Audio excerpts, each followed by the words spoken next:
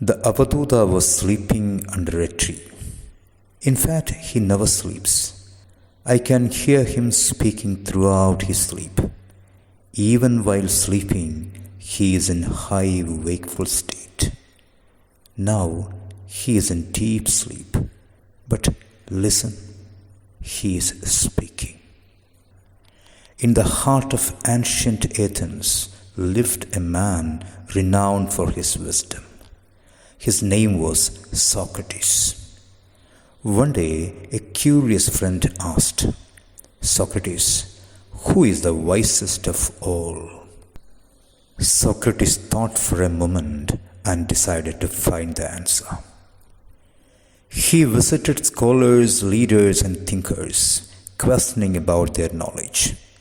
To his surprise, all of them claimed to be the wisest. Undeterred, Socrates continued his quest until one day he met the oracle of Delphi. Believed to be the most knowledgeable, Socrates asked the oracle, "Anyone is wiser than you?"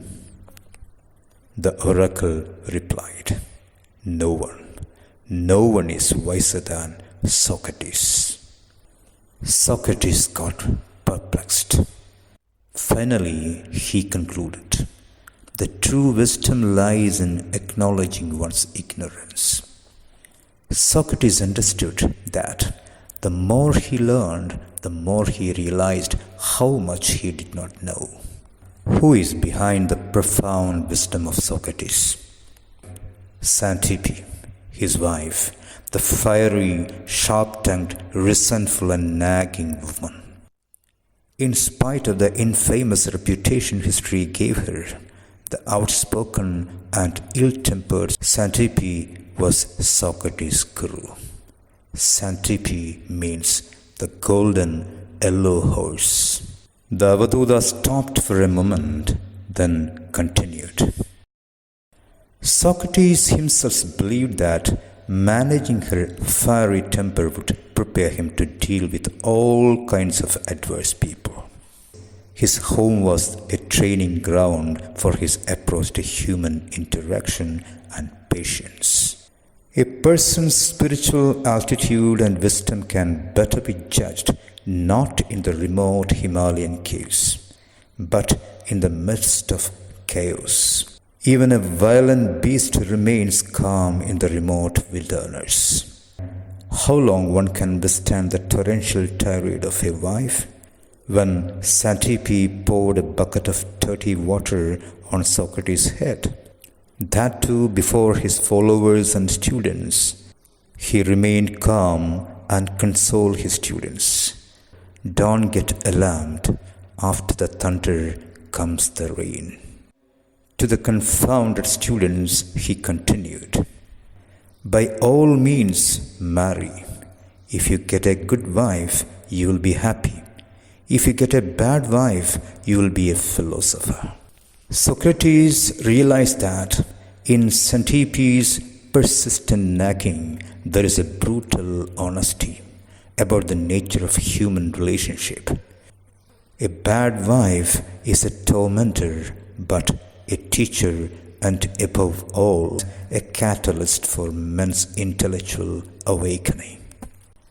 When Xantippe learned about the court verdict, she burst into tears and embraced Socrates and said, "I can't bear to see you condemned to death for no reason."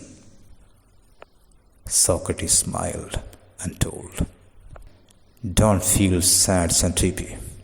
Would you prefer if I were sentenced to death of guilt then, with genuine reason?"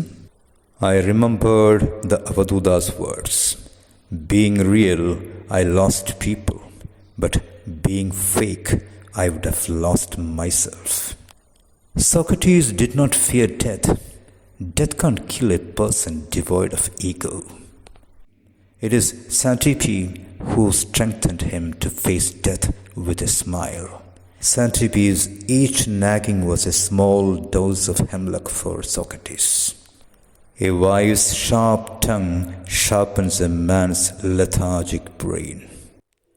Once a pot was asked, How do you remain cool in every situation?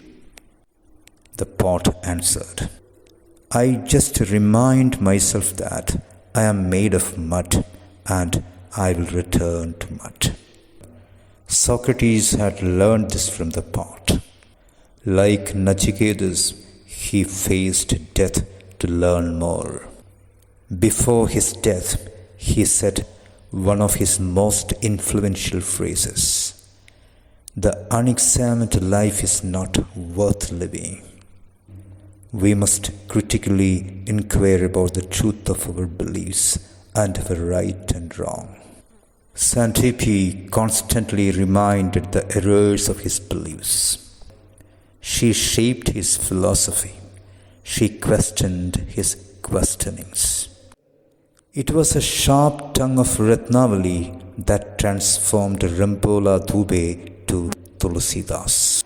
When Tulsidas crossed the flooding Ganges at midnight to meet his wife, she told him, if he loved Lord Rama even half as much as he loved her physical body, he would have crossed the worldly life itself. The Avadhootha woke up from the sleep, then continued. The best relationship is when the dependent soulmates live together independently. Then the Avadhootha turned to me and told, don't always walk with me.